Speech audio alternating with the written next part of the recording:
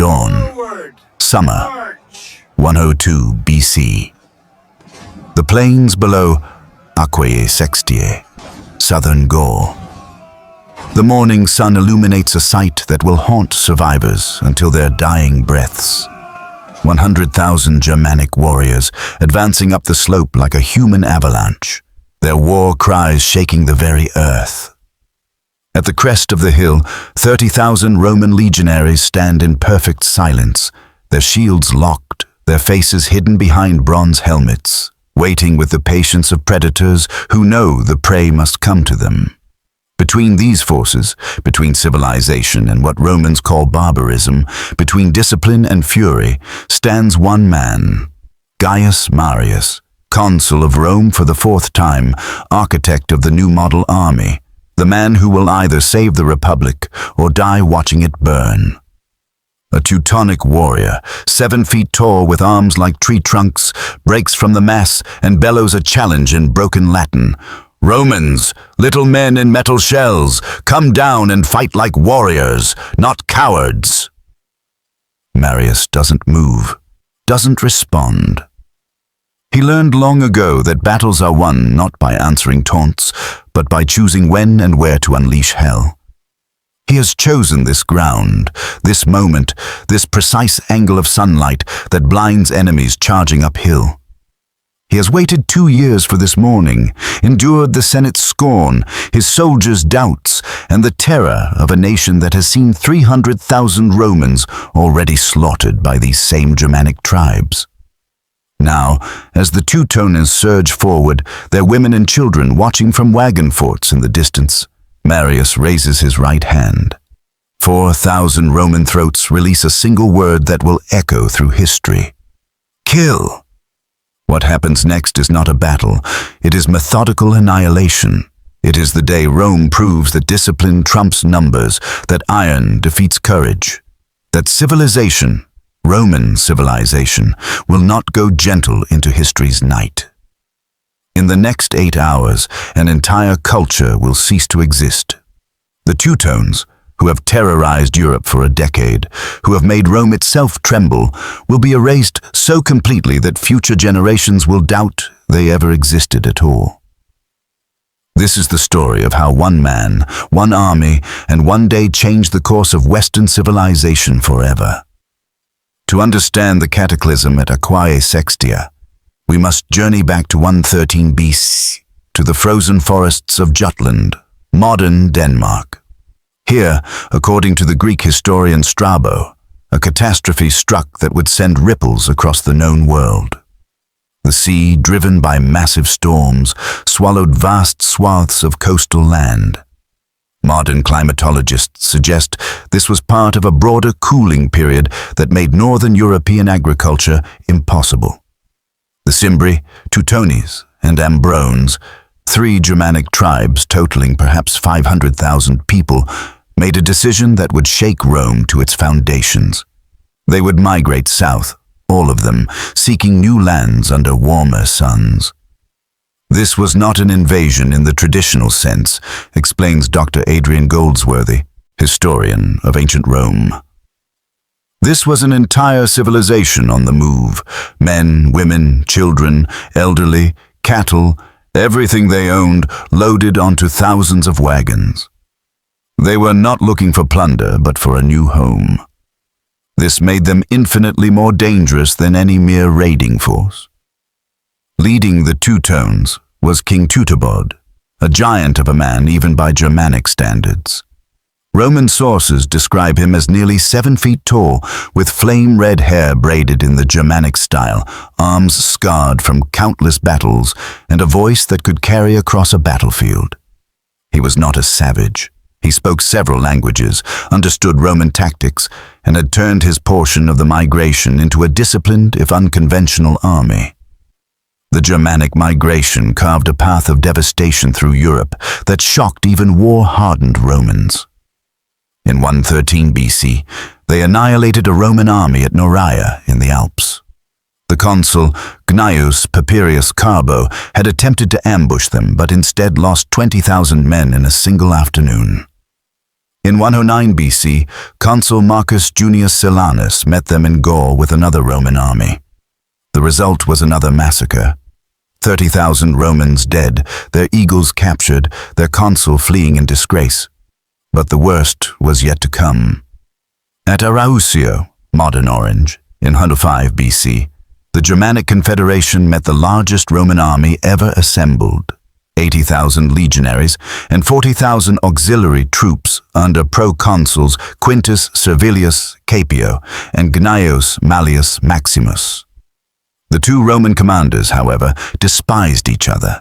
Caepio, a patrician, refused to cooperate with Maximus, a novus homo, new man, from the lower classes. They camped separately, communicated poorly, and attacked piecemeal. The Battle of Arausio became the greatest military disaster in Roman history, surpassing even Cannae. Ancient sources claim 80,000 Romans died in a single day. The Cimbri and Teutones didn't just defeat the Roman armies, they annihilated them. Survivors reported Germanic warriors playing games with Roman heads, using them as balls, while their women danced in armor stripped from the dead. News of Arausio struck Rome like a thunderbolt. The city had not felt such existential dread since Hannibal stood at the gates a century earlier. Property values collapsed as wealthy Romans fled to Sicily and Africa. The Senate performed human sacrifice, burying alive 2 Greeks and 2 Gauls in the Forum, a desperate attempt to appease gods who seemed to have abandoned Rome. Mothers clutched their children in the streets, remembering stories of the Gallic sack of Rome in 387 BC. Was history repeating itself? Would these new barbarians, even more numerous and savage than the Gauls, finally extinguish the Roman light? It was in this atmosphere of absolute crisis that Rome turned to an unlikely savior, Gaius Marius. Gaius Marius was everything the Roman aristocracy despised. Born in 157 BC in Arpinum, a small hill town south of Rome, he was the son of a laborer, or perhaps a small farmer. Sources differ. His hands bore the calluses of manual work. His Latin carried a rural accent that made senators snicker. And his face, weathered and scarred, looked more like a centurion's than a consul's. But Marius possessed something the perfumed aristocrats lacked. An understanding of war not as glory but as butchery that only the most prepared would survive. He had earned his military reputation the hard way, rising through the ranks in Spain under Scipio Aemilianus, fighting in the grinding siege of Numantia, where men ate leather and corpses before the city fell.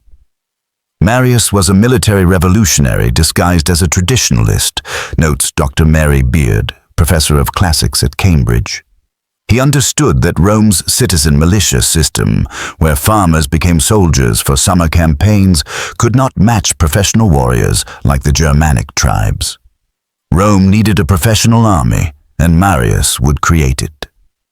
Elected consul in 107 BC while fighting in Africa against Jugurtha, Marius immediately began transforming the Roman military. His reforms were radical. Recruitment from the capite censi. Previously, only property-owning citizens could serve in legions, the theory being they had something to fight for. Marius opened recruitment to the landless poor, the head count. For them, the army offered wages, plunder, and land grants upon retirement. The legions became a career, not a duty. Standardized equipment. Marius equipped every legionary identically at state expense. Mail armor, bronze helmet, rectangular shield, scutum, 2 pila, throwing spears, and the gladius, short sword. No longer would Rome's battle line be a patchwork of different equipment based on personal wealth. The Marius mule. Each soldier now carried his own equipment, about 60 pounds of gear, earning them the nickname Marius's mules. This eliminated the vulnerable baggage trains that had slowed Roman armies and provided targets for enemy raids. Tactical innovations. Marius reorganized the legion from manipular system into cohorts, units of 480 men that could operate independently or combine for massed assault. He emphasized engineering, turning every legionary into a construction worker who could build camps, siege equipment, and field fortifications. The eagle's standard.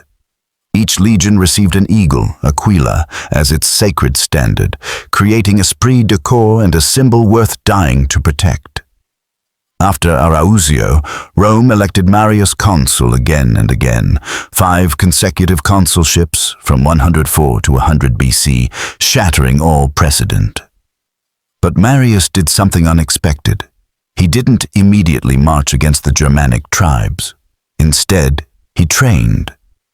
For 2 years, while Romans screamed for action and the Senate questioned his courage, Marius drilled his new model army with obsessive intensity. 20-mile marches in full gear, construction of practice camps that were torn down and rebuilt daily, weapons drill until every motion became instinct, mock battles with wooden weapons that left men bruised but better. His soldiers initially hated him. He marched with them, ate their rations, dug ditches alongside the lowest legionary. When a patrician tribune complained about the labor, Marius reportedly stripped to the waist, grabbed a shovel, and outworked men half his age, saying, "A general who asks his men to do what he will not do himself is not a general, but a parasite." By 103 BC, the Germanic Confederation made a fatal decision. After ravaging Gaul for years and finding no suitable land for settlement, the Gallic tribes fought desperately to keep them out. They decided to invade Italy itself, the warm, fertile peninsula that could support their entire population. But the Alps presented a problem. The Confederation was too large to take a single route. Supplies would be impossible. So they divided. The Cimbri and Teutones would circle through the eastern passes via Noricum. The Teutones and Ambrones, totaling perhaps 200,000 people with 80,000 warriors, would take the coastal route through Provence. This division was logical but ultimately catastrophic, observes Dr. Nathan Rosenstein, historian at Ohio State University. It allowed Marius to employ what Rome did best, defeat enemies piecemeal. United, the Germanic tribes were unstoppable. Divided, they became vulnerable to Roman tactical superiority. As the Teutones moved along the Rhone Valley in summer 102 BC, Marius shadowed them like a wolf stalking a herd. He had chosen his ground carefully, the area around Aquae Sextiae, modern Aix-en-Provence, where the coastal route narrowed between mountains and sea. For weeks, Marius refused battle despite Teutonic provocations. Warriors would ride to the Roman camp, challenge champions to single combat, mock Roman manhood. The Germanic women would stand on wagon beds, lifting their skirts and shouting that Roman soldiers weren't men enough to father children.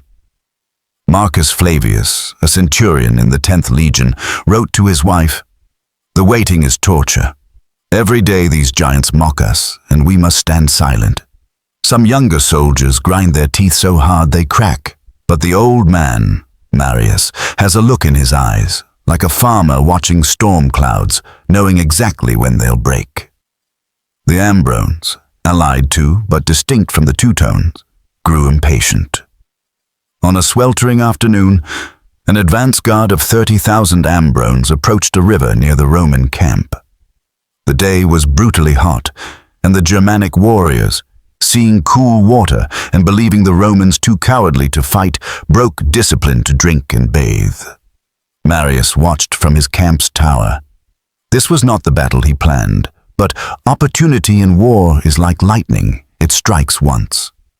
He ordered his Ligurian auxiliaries, themselves Celts who knew Germanic fighting styles, to attack. What followed was more slaughter than battle.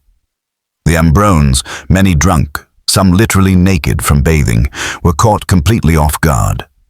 They tried to form battle lines, but the Ligurians, followed by Roman legionaries, cut them down in the water.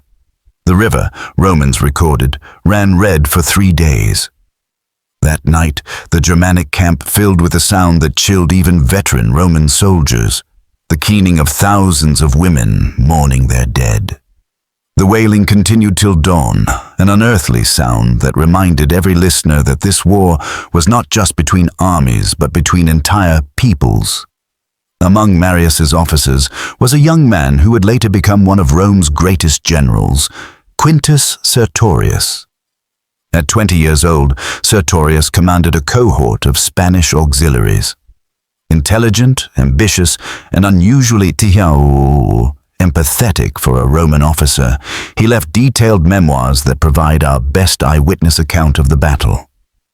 The night before Aquae Sextiae, Sertorius walked among his men, many of whom were teenagers from Iberian hill tribes, far from home and facing warriors out of nightmare. He found one boy, barely 16, crying silently while sharpening his sword. "What's your name, soldier?" Sertorius asked in accented Iberian. "Indibil, sir. From Ilerda." "Afraid, Indibil?" "Yes, sir. They say the Teutones eat Roman hearts, that they're blessed by war gods, that they cannot be killed." Sertorius sat beside him, breaking all protocol. "I've seen them die, Indibil. They bleed red like us.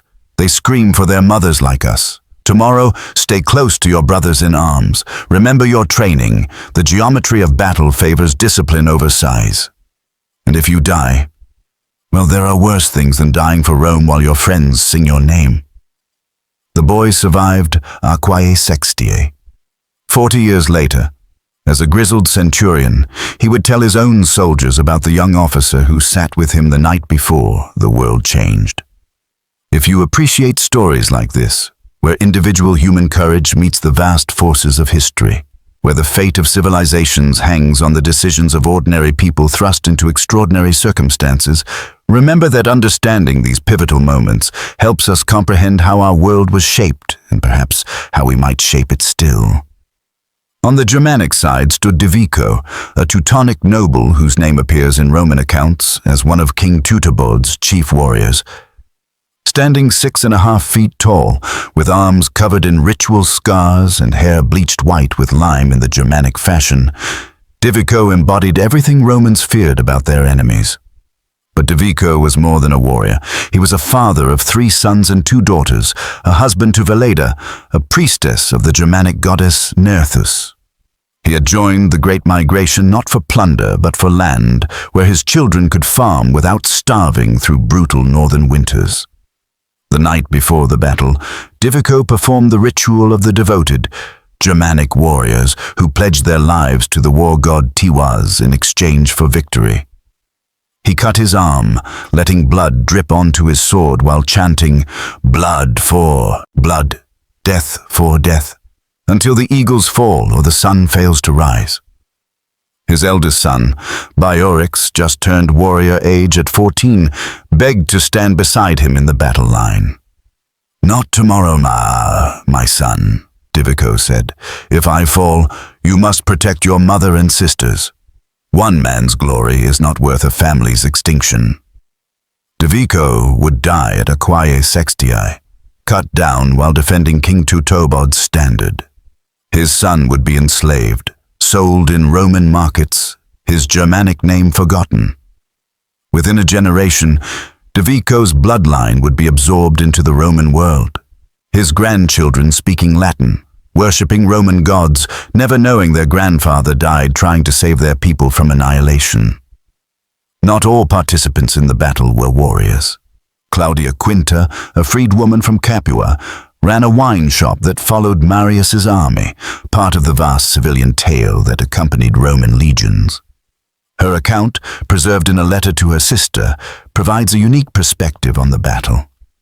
"The night before the great slaughter," she wrote, "the soldiers came to drink, but none got drunk. They sipped wine like it was medicine, staring at nothing.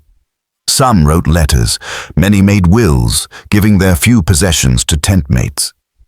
I asked Marcus, a regular customer, why he wasn't afraid. He laughed. Not happy laughter, but the kind that comes from seeing death so often it becomes familiar. Claudia, he said, I was a street thief in Rome before Marius recruited me. I expected to die young in an alley over copper coins. Tomorrow I might die, but I'll die a soldier of Rome. My name on the legion rolls, my death meaning something. That's not fearful, that's miraculous." Summer dawn, 102 BC. The Roman camp stirs before first light. Soldiers perform morning ablutions with ritual precision. Every man shaves, even knowing many will be corpses by noon. It's a point of civilization, of Romanitas. Barbarians fight with wild beards. Romans meet death clean-shaven. Marius addresses his troops as the sun rises. He doesn't give a grand speech about glory or destiny. Instead, he speaks like the old soldier he is. Men of Rome. Today they come to us, uphill, sun in their eyes, rage making them stupid. You know your trade. Trust your training. Trust the man beside you. The geometry of battle is simple. They must break our line or die trying. We will not break. Rome does not break. Now take your positions and let's finish this. At full daylight, the Teutones and remaining Ambrones array for battle. Approximately 80,000 warriors in their prime, with their families watching from wagon forts arranged on distant hills. They form in tribal groups, each with its own banners and war cries. King Teutobod, mounted on a massive war horse, rides before his army. His voice, trained by years of command, carries across the field. Warriors, the Romans cower on their hill like rabbits, but rabbits we will slaughter. Your children watch, your ancestors watch. Show them Germanic courage. Show them that no little dark men in metal shells can stand before the fury of the north. Today we take their eagles, tomorrow we take their city. Forward for glory. The Germanic charge begins with their traditional war run, not the disciplined advance of Romans, but a building momentum, starting at a walk, increasing to a trot, then erupting into a full sprint for the final 100 yards, designed to shatter enemy morale through sheer physical intimidation. 80,000 voices rise in the Baratus, the Germanic war chant that starts as a low rumble and builds to a piercing shriek. The ground literally shakes under so many feet. Germanic warriors strike their weapons against shields in rhythm, creating thunder that echoes off surrounding hills. The Romans stand silent, waiting. At 100 yards, centurions bark, "Pila!" The front ranks hurl their heavy javelins in perfect synchronization. 4,000 pila arc through the air, 7-foot spears with pyramidal points designed to penetrate shields and armor, their soft iron shanks bending on impact to prevent throwing them back. The front of the Germanic charge disintegrates. Men crash to earth with spears through torsos. Others struggle with pila stuck in their shields, the weight making defense impossible. The charge staggers, but continues. Germanic culture makes retreat unthinkable. At 50 yards, second volley, another 4,000 pila, more Germans fall. The charge, which began as an avalanche, now resembles a wave breaking against rocks, its force dissipating. At 20 yards, the Germanic survivors crash into the Roman line. Now begins the real horror, the methodical Roman killing machine at work. Roman combat doctrine was brutally simple. The first rank thrusts with gladii. Short swords designed not for heroic dueling, but for quick, lethal stabs to the groin and belly. Each man needs only 18 inches of space to operate. Thrust, withdraw, mechanical, efficient, emotionless. When a front-rank soldier tires, usually after 10 minutes of intense combat, he steps back. The second rank steps forward, fresh and ready. The exhausted soldier moves to the rear, drinks water, catches his breath, then rotates back. The Romans can maintain this rotation indefinitely. The Germans, by contrast, fight as individuals. Heroes seek other heroes for single combat. Warriors swing massive swords that require room, that tire arms quickly, that leave them exposed after each swing. They exhaust themselves against the Roman shield wall like waves against a sea wall. Quintus Sertorius, observing from the right wing, later wrote, "It was not battle but butchery. Our men worked like harvesters in a wheat field, steady, rhythmic, advancing step by step. The Germans died magnificently, roaring defiance to the last, but they died nonetheless." 3 hours into the battle, with Germanic forces fully committed and exhausted from fighting uphill, Marius springs his trap, the Night before, he had sent 3,000 men under Claudius Marcellus to hide in wooded hills behind the Germanic position. Now, as the Teutones throw their last reserves into breaking the Roman center, Marcellus attacks from behind. Fresh Roman troops crash into the Germanic rear, where the youngest warriors and older veterans stand as final reserve. The psychological effect is devastating. Warriors who believed they were pushing Romans back suddenly hear Roman trumpets behind them. The dreaded cry goes up, "We're surrounded!" King Teutobod tries to rally his forces, riding through the melee with his standard bearer, shouting for warriors to form circles, to fight back to back. But panic, once started in an ancient battle, spreads like plague. The Germanic force, compressed between two Roman forces, begins to collapse in on itself. What happens next haunts even Roman accounts. The Germanic collapse becomes a rout, and the rout becomes a massacre. Romans, their blood up after hours of combat, show no mercy. Germanic warriors, trying to flee, are cut down from behind. Others, exhausted, simply fall to their knees and await death. The killing continues for hours. Romans pursue fleeing Germans for miles, cavalry riding down runners, infantry methodically clearing pockets of resistance. The professional Roman army, trained to maintain discipline even in victory, turns the pursuit into organized extermination. By afternoon, the field is carpeted with Germanic dead. Roman sources claim 90,000 killed, likely exaggerated but indicative of the scale. Bodies lie so thick that Romans have to clear paths to move across the battlefield. As the scope of defeat became clear, a horror beyond the battlefield unfolded. The Germanic women, watching from wagon forts, saw their entire world end in a single afternoon. Their husbands, fathers, brothers, sons, an entire generation of warriors lay dead on the field. What followed was one of history's most tragic mass suicides. Germanic women, knowing the fate awaiting them in Roman slave markets, chose death over dishonor. Mothers strangled their children before hanging themselves from wagon yokes. Young women threw themselves on swords. Others set fire to the wagons and burned alive rather than submit to capture. Plutarch records that Romans found wagon camps filled with corpses, entire families dead by their own hands. One Roman soldier, hardened by years of war, reportedly said, "We came to fight warriors and ended up burying families."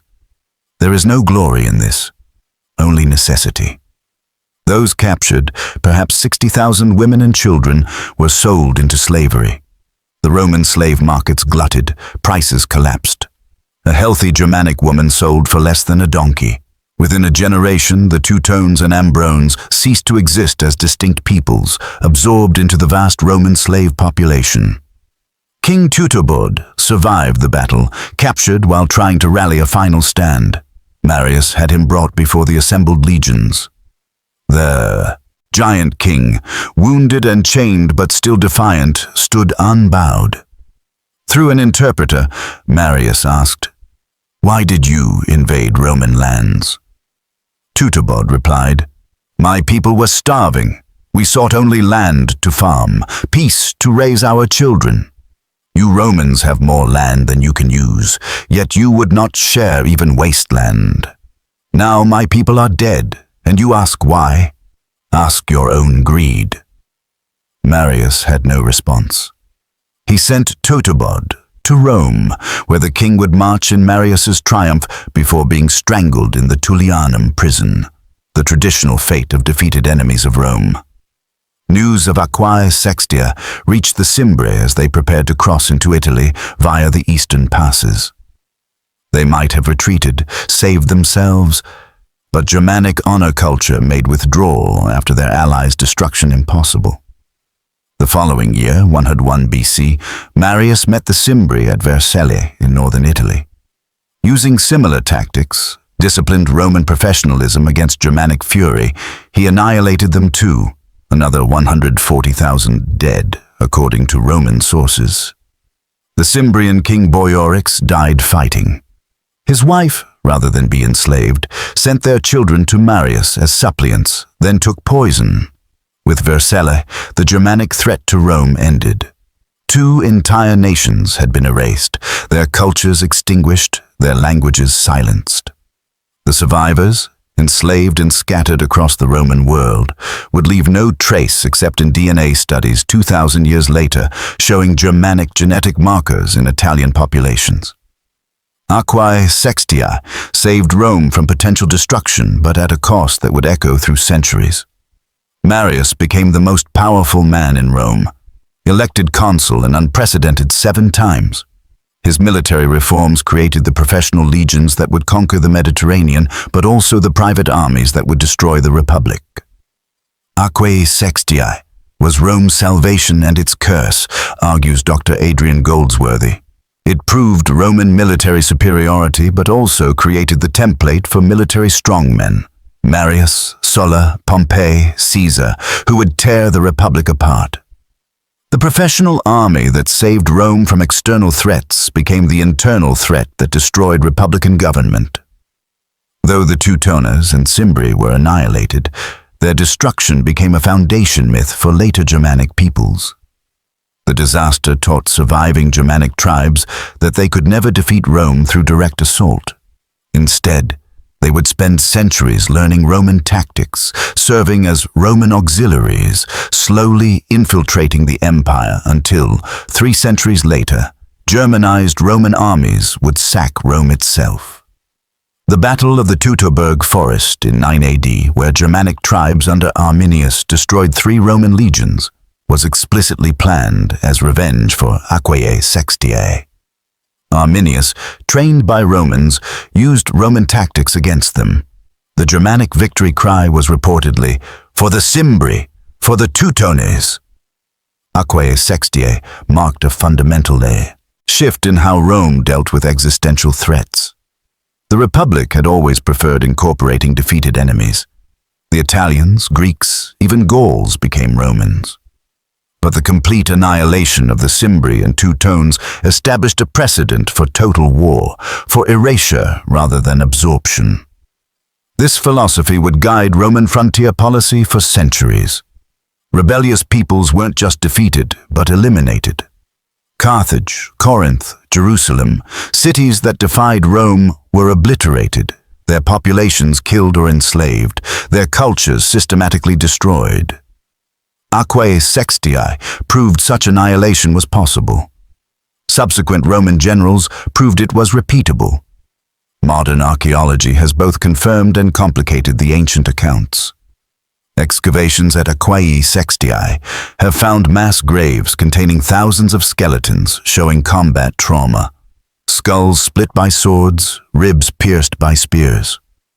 Isotope analysis confirms many were of Northern European origin, supporting the Germanic identity of the dead.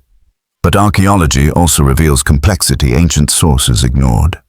Germanic settlements in Gaul show evidence of peaceful coexistence with Celtic populations before the Roman intervention. Trade goods indicate the Cimbri and Teutones were not mere barbarians, but had sophisticated metallurgy, complex religious practices, and far-reaching trade networks. The archaeological record suggests the Cimbri and Teutones were climate refugees, not invaders, notes Dr. Peter Wells, specialist in European prehistory at the University of Minnesota. Their conflict with Rome was perhaps inevitable, but not inherently aggressive. They were peoples seeking survival who met an empire that could conceive of no relationship except domination. Modern historians increasingly frame Aquae Sextiae and Vercellae as genocide, the deliberate destruction of entire ethnic groups. The killing of non-combatants, the systematic enslavement of survivors, the erasure of cultures, these meet modern definitions of genocide. We must be careful about applying modern moral standards to ancient events, cautions Dr. Walter Scheidel of Stanford University. But we also cannot ignore that Rome consciously chose to eliminate entire peoples. This wasn't collateral damage, but policy. The Teutones and Cimbri were erased because Rome decided they should not exist. This interpretation remains controversial. Some historians argue the Germanic tribes were military threats that had already destroyed multiple Roman armies. Their elimination was national self-defense, not ethnic hatred. The debate continues, reflecting modern struggles to understand historical violence. Aquae Sextiae offers uncomfortable lessons for our contemporary world. The fragility of peoples. Entire civilizations can vanish in historical moments. The Teutones and Cimbri had existed for centuries, perhaps millennia.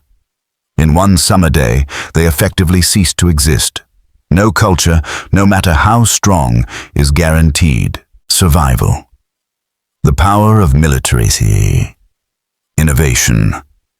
Marius's reforms, professional soldiers, standardized equipment, disciplined tactics, overcame superior numbers and individual courage. Technology and organization remain decisive factors in conflicts between peoples. The consequences of victory.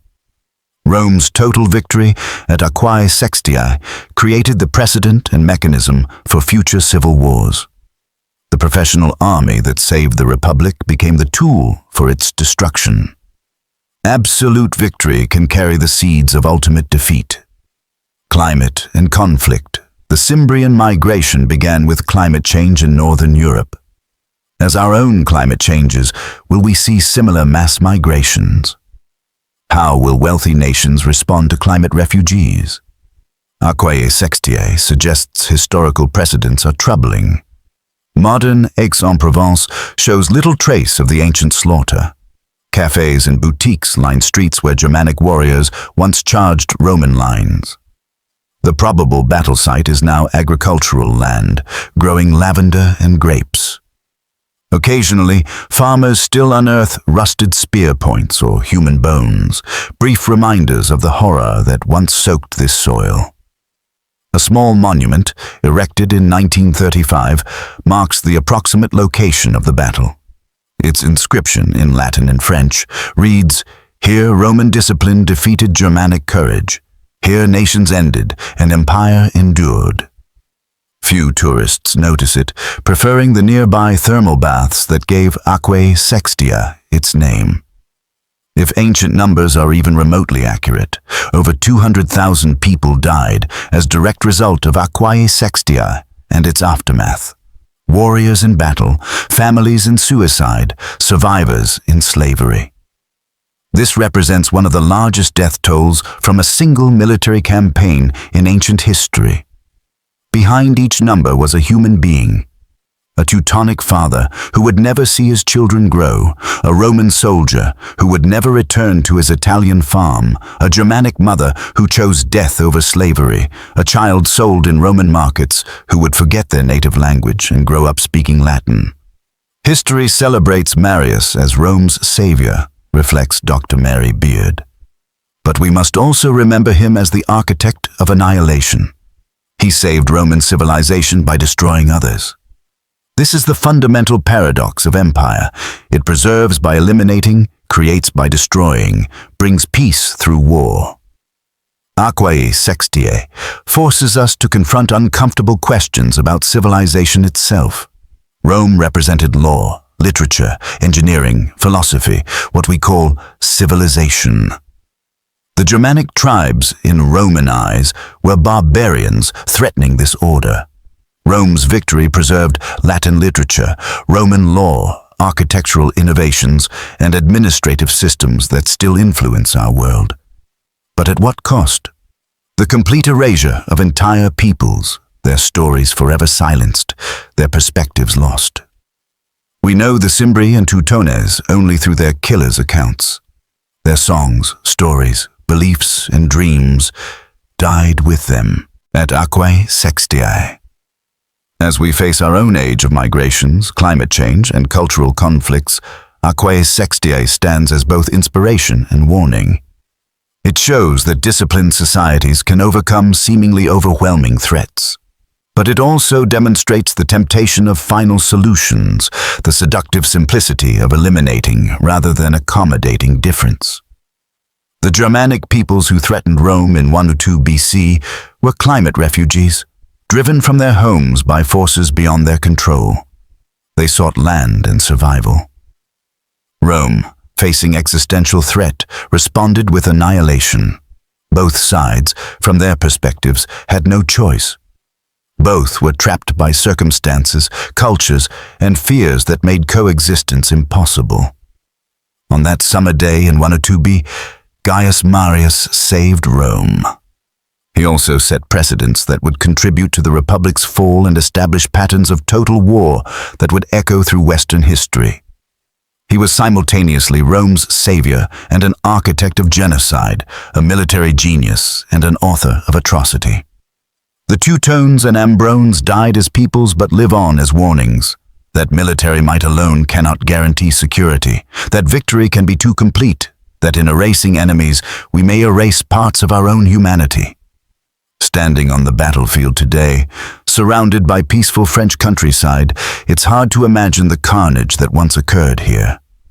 But perhaps that's the most important lesson of Aquae Sextiae, that horror can happen anywhere.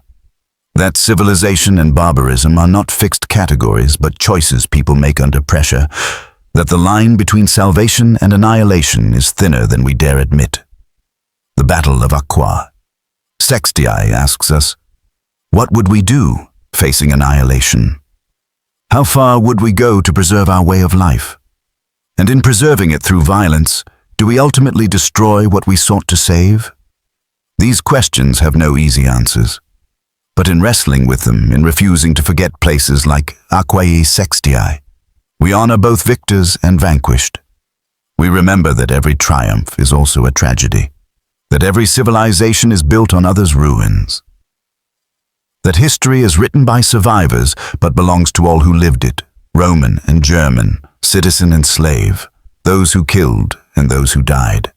The ghosts of Aquae Sextiae, Roman and Germanic alike, remind us that we are all temporary, that no empire is eternal, that today's victor may be tomorrow's vanished. They whisper across centuries, remember us, learn from us, do better than us. Whether we can hear them, whether we will listen, remains to be seen.